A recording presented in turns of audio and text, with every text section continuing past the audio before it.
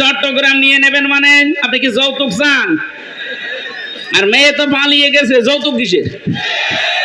পালানো মেয়ের আবার যৌতুক আছে? হ্যাঁ, পালানো মেয়ের যৌতুক কিসের? বিয়েই তো মানি না। কারণ যার সাথে গেছে ও তো ফুল হাতা আর আমাদের হাফ হাতা।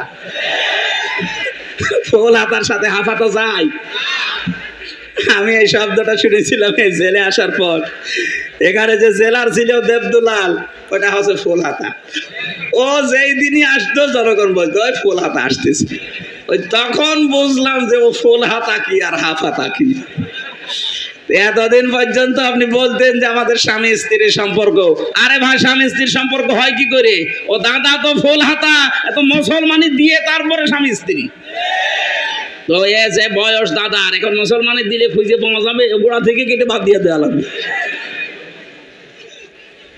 আমি আর নিচে নামলাম না।